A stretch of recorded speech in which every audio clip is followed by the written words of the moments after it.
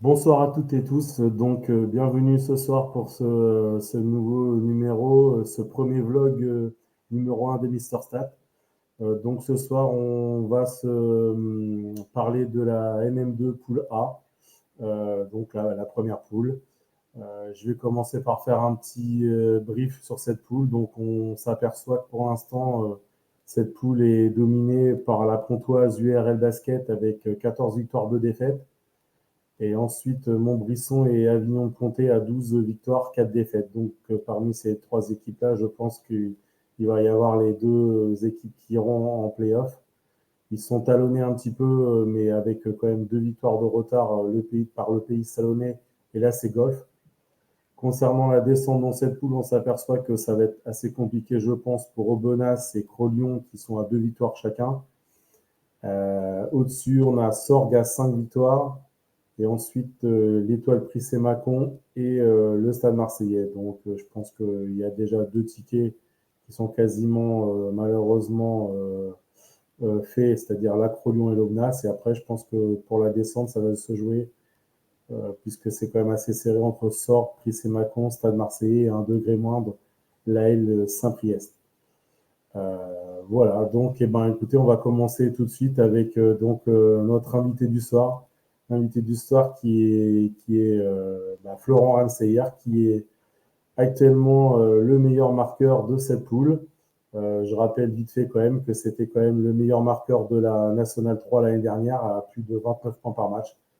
Donc tout d'abord, salut Florent, comment ça va du coup? Bonsoir, écoute, ça va très bien, ça va très bien. C'est un plaisir de pouvoir être là avec toi ce soir. Ok, écoute, on va commencer un petit peu par quelques petites questions concernant ta poule. Donc déjà d'une part, toi, comment ça se passe dans ton club? Bon, je vois que vous êtes limite, vous jouez le maintien, quoi. Donc comment tu ressens ça toi à ton niveau? Écoute, comme tu le dis, on joue le maintien. Pour le moment, on est sur une plutôt bonne dynamique. On a réussi à faire une série de victoires, 7 si je ne me trompe pas. On s'est arrêté du coup contre la Comtoise ce week-end, qui nous a mis un peu la tête sur les épaules. Là, on est plutôt sur une bonne dynamique. Voilà, on enchaîne match après match, on essaie de prendre le plus de victoires possible. Et voilà. Et donc toi, quel est ton ressenti par rapport à cette poule? Quelles sont les équipes qui t'ont plus impressionné depuis le début de cette saison? Et L'équipe les équipes plus impressionnante. qui Alors, pour toi vont aller en playoff, quoi, tout du moins.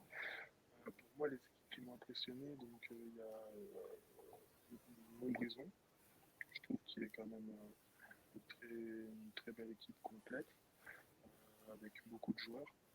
Euh, la Pontoise et Avignon. Avignon aussi, je trouve qu'ils ont une très très belle équipe, avec des joueurs expérimentés. Euh,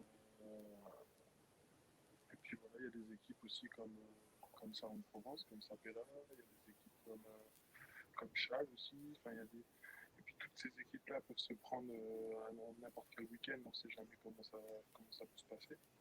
Bon, après, pour les équipes comme la Pontoise, c'est vrai que c'est compliqué d'aller les déranger. Hein. C'est une équipe qui est expérimentée, il y a vraiment 10 à 12 joueurs qui peuvent être sur le terrain. Quoi. D'accord. Donc pour toi, on va dire, la Pontoise est quasiment sûre d'aller en playoff. C'est vrai que on s'aperçoit par rapport au classement qu'ils ont quand même 2 victoires d'avance sur ses poursuivants et puis 4 victoires sur le pays salonnais. Donc je pense qu'avec le si peu de journées qui restent, il doit nous en rester maintenant 10 journées ou 11, je ne sais plus trop. Donc ils ont quand même une marge d'avance pour se qualifier pour les playoffs et éventuellement la session en National 1 l'année prochaine, quoi. Allez, ouais, c'est sûr. Après, je pense que ça les a bien arrangés qu'on ait pu prendre le match de Montbrison à la maison. Donc, c'est sûr que ça leur a mis un peu de cœur. Après, c'est sûr qu'on est aussi compliqué à prendre aussi à domicile.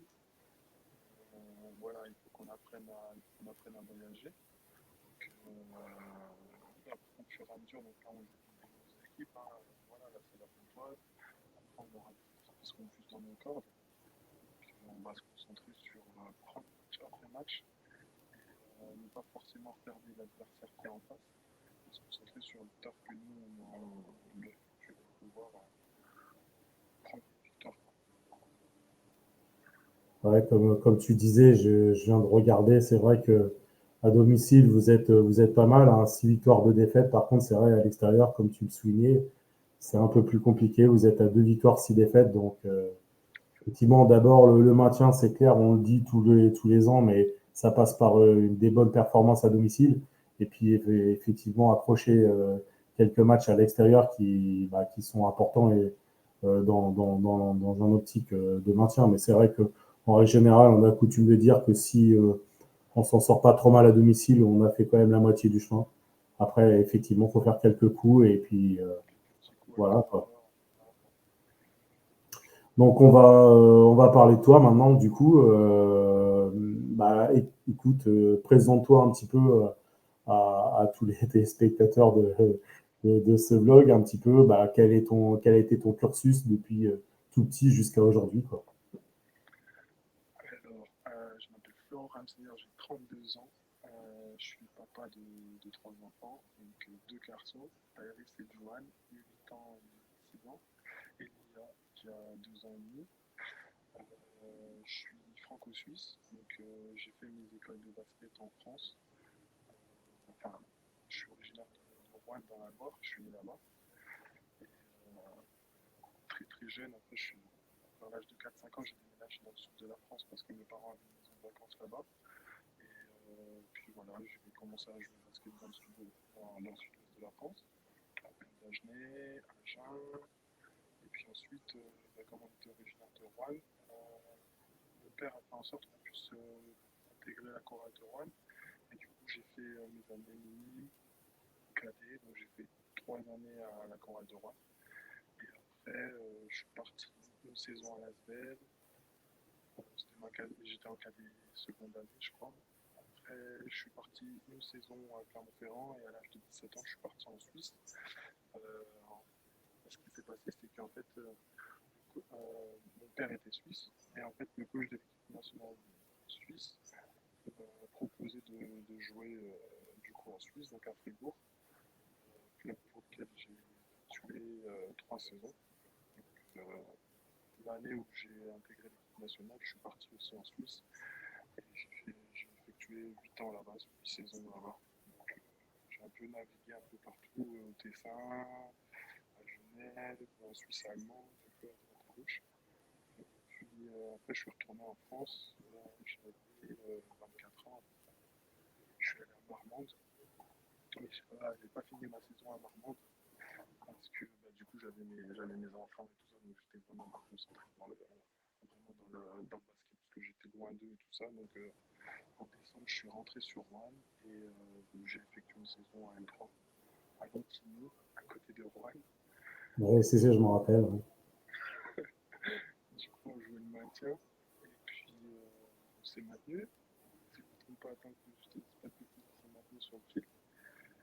Après, je suis parti à Dessines et là-bas, on a loupé la montée sur un match, dans le match de la saison.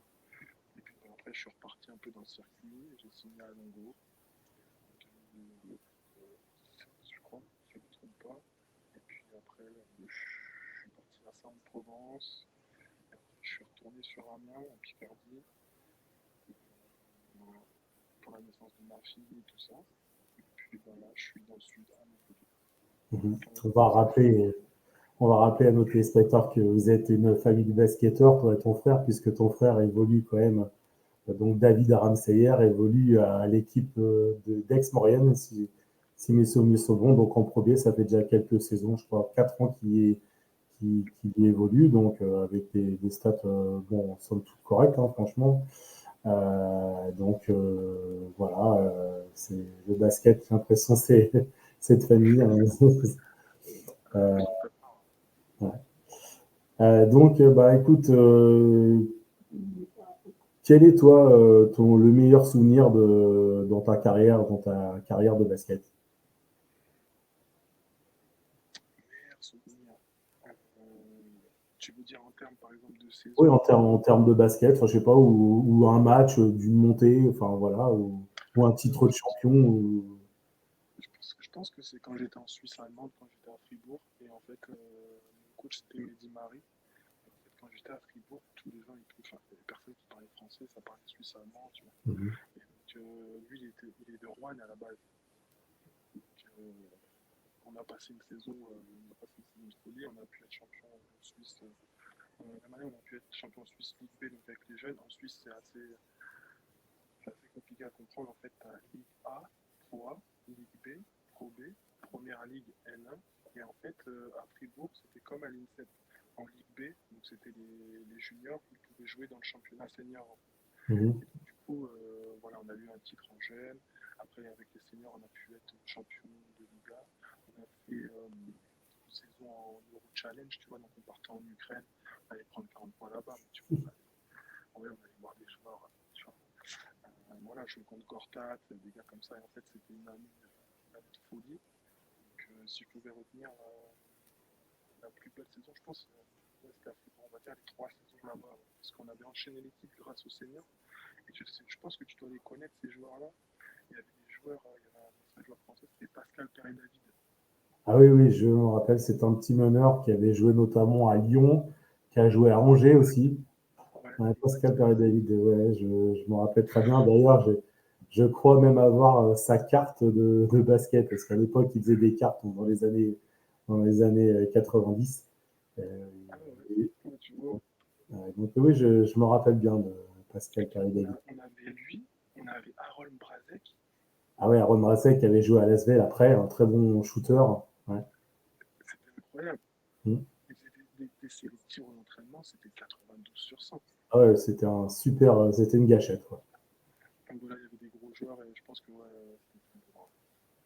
Et donc, à contrario, malheureusement, bah, quel est ton pire souvenir dans le basket et une défaite qui t'a marqué? Pire souvenir, je pense que c'était à Annecy. Allez, on va dire que c'était à Annecy parce qu'on a fait une saison et au bout de 10 matchs, la saison s'est arrêtée comme ça là. Je pense que c'était ça le pire. Je crois que le samedi après un match, on a appris que c'était terminé. Et du coup, bah, tu vois, ça fait. Voilà, quoi, c'est comme ça. Ouais. C'est le jeu, quoi. Ouais, Je pense que c'est ça. je crois que c'était la saison justement où j'ai commencé la saison d'après par rapport au stade puisque c'était l'entrée en vigueur de l'IMARC puisqu'avant effectivement c'était des feuilles manuelles donc j'ai commencé mon activité entre guillemets hein, quand l'IMARC est arrivé euh, parce que c'était quand même un peu plus facile que de se taper les feuilles à la main. Donc, Ah ouais, ouais, c'est sûr. c'est ça, ça devait être l'année 2014-2015, je pense, que tu devais jouer à Annecy. Hein. Il me semble que c'est ça, ouais, parce qu'il y avait, c'était l'année où il y avait Moussa, et Mm. Moussa Fatiane qui était en Ligue 2, je crois. Ouais, à Golf, c'est ça, 2014-2015. Et donc, on va parler de toi aussi. Quels sont pour toi tes points forts dans ton jeu? Et après, on passera aux points faibles si tu penses qu'il y en a. Ils vont me scouter, je peux pas. Non, les points forts dans le basket, on va dire mon shoot, mon jeu sans ballon, ma défense, puis peut-être le vocal, le fait que j'aime bien galvaniser les troupes, j'aime bien gouverner un peu, Être un leader, quoi. ouais, être un leader. Bon, après, voilà, on a notre capitaine qui est là, Xavier, voilà, il fait très bien son rôle de capitaine. On suit. Après, il y a des plus vieux, hein, il y a Yunus, il y a des gars qui ont joué aussi en poids comme Eric. Donc, même Xavier a joué en Pro B, en poids. Enfin voilà, il y a des gars qu'on peut faire confiance et des gars qu'on peut suivre. Même des gars comme Negba et autres, hein, qui connaissent le circuit depuis quand même pas mal d'années maintenant. Donc être au milieu de tous ces joueurs-là, je te cache pas que c'est quand même rare. Hein. Moi j'ai déjà été dans des équipes où il y avait des gros joueurs, un ou deux gros joueurs, trois gros joueurs. Là c'est vrai qu'on est quand même un paquet. Et Mm. du coup, il faut que chacun trouve sa place. Et puis, ben, voilà, ça, ça. Après, on a eu une pré-saison qui était. Moi, je suis arrivé en septembre. Hein. Mhm. La pré-saison, je ne l'ai pas connue. Donc je suis arrivé sur le tard. Je crois que je suis arrivé le. Je sais plus, c'était fin septembre. Je suis arrivé le mercredi, on jouait le samedi, je crois. Vous avez été blessé, il a joué quelques matchs. Enfin, voilà, après, les joueurs qui sont arrivés. Moi, je suis arrivé, je jouais poste 4, des fois, je jouais 5. Je n'ai même pas encore les opérés. Donc, non, franchement, je trouve que voilà. Là, on est en train de. La machine, elle est lancée. On a notre rythme. Vous montez en régime là. Mhm. On va monter en régime. Et puis, bah, si on a des défaites, on encaisse. Et puis, bon, on rebondit derrière, quoi. Tu vois, on essaie de prendre le Bon, plus de matchs possible. c'est pas mal. Donc on va s'arrêter sur les points forts, on va pas parler de points faibles. Sinon, effectivement, tu vas être scouté, comme tu dis. Euh, donc, bah, en plus, on va dire en parlant basket, quel est ton joueur, on va dire, préféré ou le joueur qui t'a peut-être donné envie de jouer au basket ou actuellement le joueur que tu préfères, quoi. Alors, il y a des joueurs qui m'ont impressionné avec qui j'ai joué. Par exemple, Dusan Madjan, c'est un Suisse. Serbe, Suisse. Serbe Suisse, je sais pas comment ça se dit. Et, très gros shooter, très gros joueur. Il y a des joueurs qui m'ont impressionné comme ça. Sinon, mon joueur préféré, on va dire, actuel, c'est Clay Thompson. Thompson, on va dire James Harden, malgré les coups qu'il a pu avoir. C'est un gaucher, shooter, donc je, je me prends en plus à ces joueurs-là que des postes intérieurs, même si c'est des postes intérieurs qui sont bons, quoi. Et Doncic, Le 86, ouais. euh, Et dans ta plus tendre jeunesse, quel est le joueur qui t'a peut-être donné envie de faire du basket, je sais pas, un Michael Jordan ou autre, quoi. alors, c'était plutôt, bah oui, bien sûr, Michael Jordan, mais c'était plutôt Carmelo Anthony. Moi, j'adorais ce joueur. Denver Nuggets, Carmelo Anthony, Allen Iverson, J.R. Smith, ça fait une Ouais. équipe de folie. Et c'était plus cette époque-là, ouais, Carmelo, Iverson. Est-ce qu'il y a des joueurs enfin, qui t'ont inspiré surtout sur des moves ou des choses comme ça? Je vais te le répéter encore, hein, je pense à Clay Thompson, pour moi, c'est voilà, le mec qui peut, comment dire, il peut mettre 45 points en faisant 0 dribble, 3 dribbles ou 2 dribbles. Tu vois, le mec, il a un jeu sans ballon qui est incroyable, il est efficace. Et, ouais, je pense que Clay Thompson, bien sûr, Stephen Curry, Ouais. puis voilà, quoi. Donc un fan des Warriors, quoi, du coup. Un fan de Golden à fond. Bon. Ouais, c'était ma future question. Quelle est ton équipe donc préférée? Donc j'ai cru comprendre que c'était Golden State. Est-ce que tu suis un petit peu aussi l'Euroleague ou la GP8? Quelles sont tes équipes que tu aimes bien voir? Franchement, je te cache pas qu'en ce moment, je ne regarde pas du tout. Je suis plus NBA, je regarde beaucoup les matchs de mon frère en Pro B, parce qu'il joue pas en même temps et tout ça, donc en plus aller sur LNB, c'est parfait, on peut regarder les Ouais, tu matchs. peux voir les replays, ouais. Ouais, on va dire, je regarde plus la Pro B, je me en français. Je regarde aussi un peu la Ligue 1, je m'intéresse, et puis voilà. Je m'intéresse aussi beaucoup à mon championnat, donc je regarde l'équipe contre qui je joue. Mhm. Il y a quelques lives d'équipes de votre poule, un petit peu, non?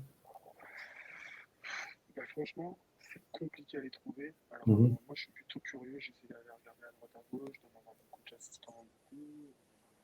Mais c'est compliqué, hein. C'est compliqué d'en trouver. Après, bon, voilà, quand tu as des potes qui jouent dans certaines équipes, tu peux demander. Il y a eu des matchs qui n'ont pas été filmés, on ne sait pas pourquoi. Mhm. Ouais. C'est compliqué. Ah, après, effectivement, moi c'est pareil, je regarde beaucoup de N1 parce que, bon, à l'heure actuelle, il faut reconnaître que les clubs commencent à évoluer pas mal et il y a beaucoup de matchs qui sont transmis, voire même quasiment tous.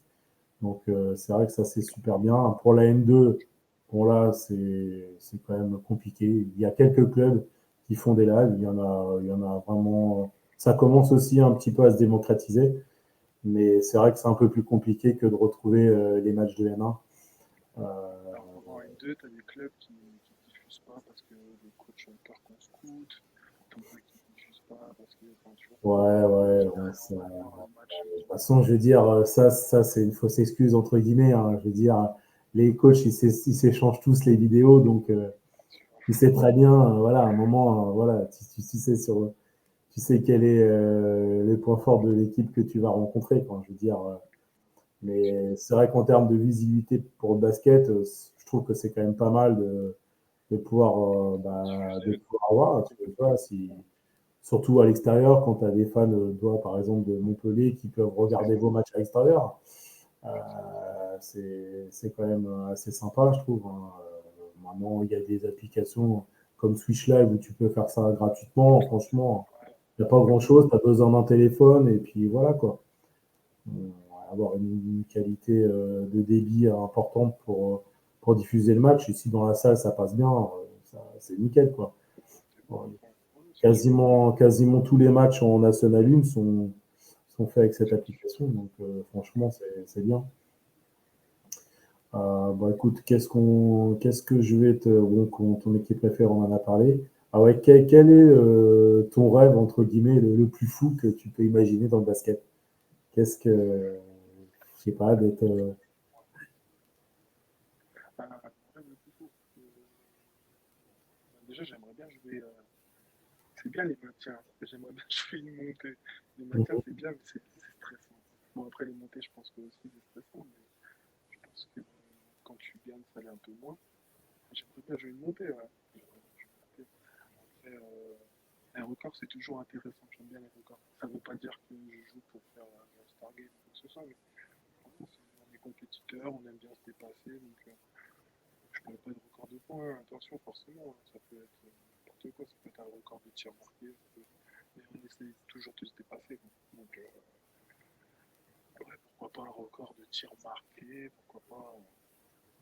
enfin, Tout je en crois restant sérieux, bien sûr, en restant dans le projet d'équipe Je et du crois team. que, de mémoire, le record de points marqués sur un match en National 2, ça doit être Zachary Wango, il y a quelques années, qui avait fait ce record. Je crois que c'est 44 points de mémoire. Je ne suis pas sûr à 100%, c'est pour ça que je me permets de regarder. Effectivement, c'est bien ça, c'est 44 points lors de la saison 2018-2019, lorsqu'il jouait à Tourcoing. Il avait fait un match à 42 points. Et je crois que l'année dernière, on a deux joueurs qui ont dépassé la barre des 40 points. Xavier Turner, un joueur un américain de Garonne Avenir, et puis Charles Burger de l'Éveil Récy Saint-Martin, qui maintenant joue en National 1, je crois, du côté de Feur. Donc voilà, il y a très peu de joueurs qui ont passé la barre des 40 points.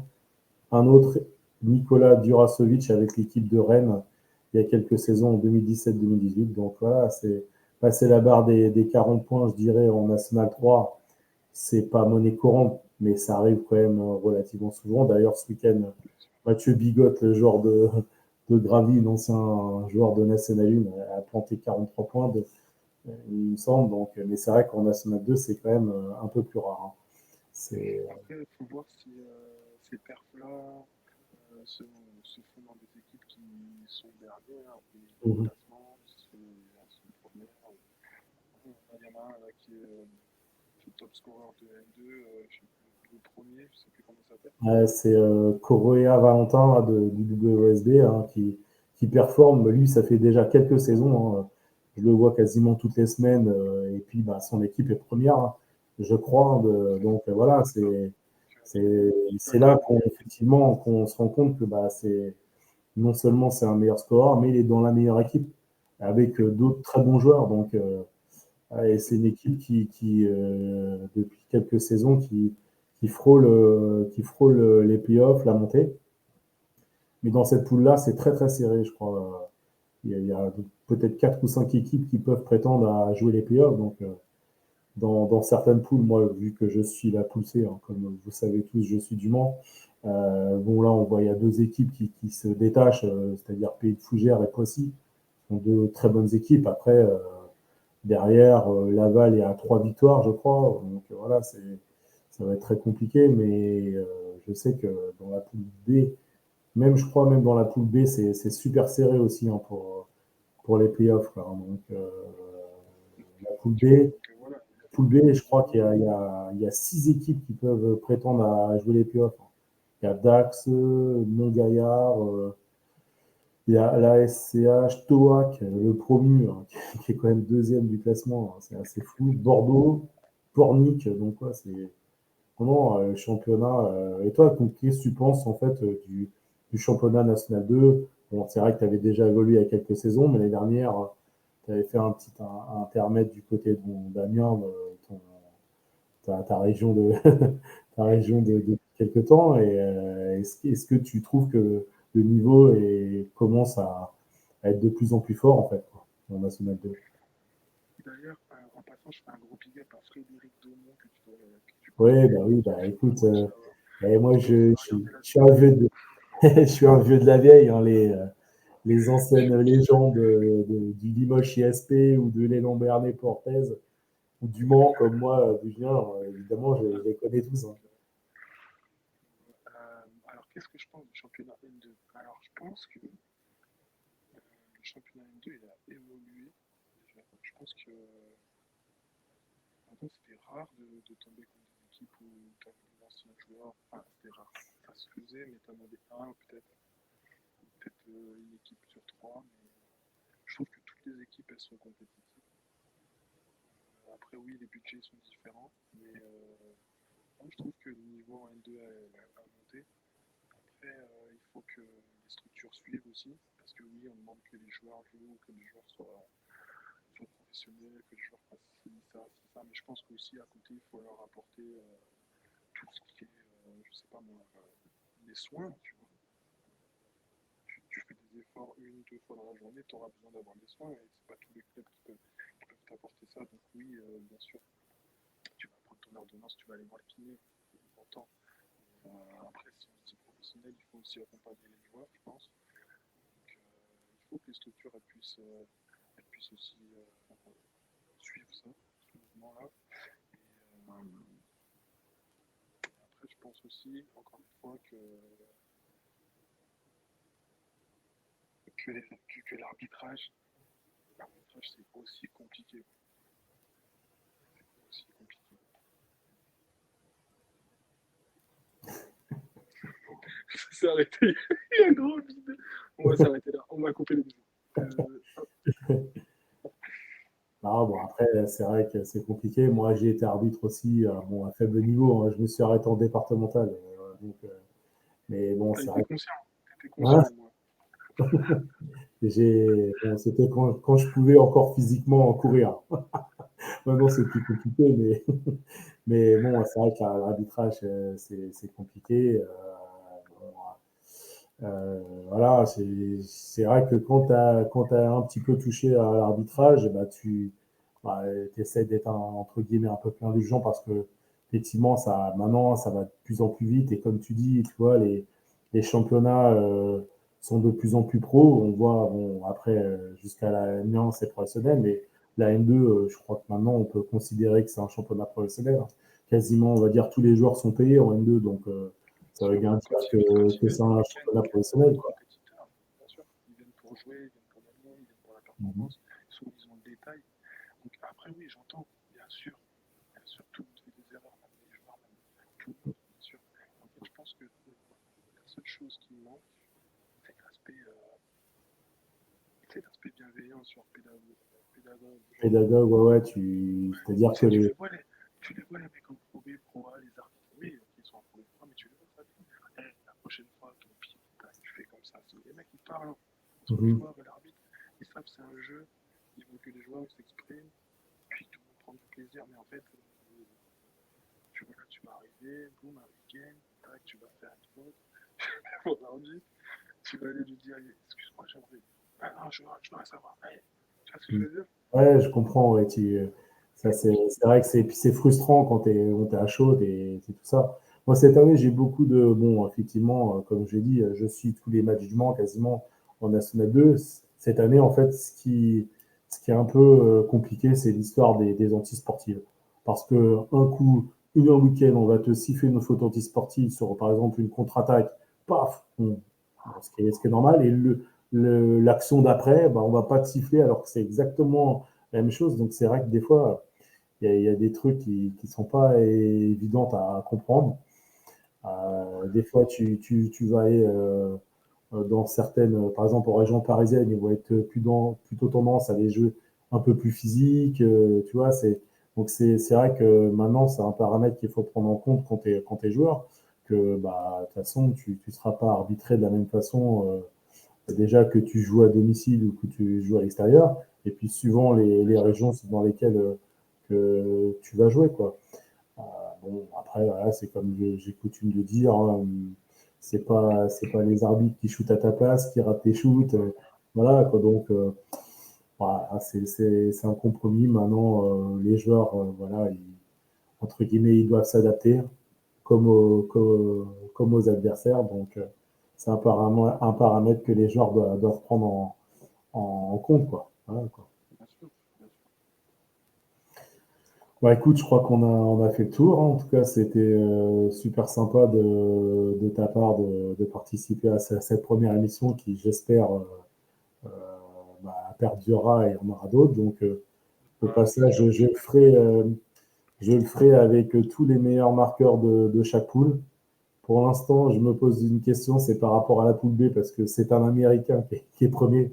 Moi, ça ne me pose pas de problème, mais ça pose peut-être des problèmes aux personnes qui parlent pas forcément. Donc, je suis en train de voir ça.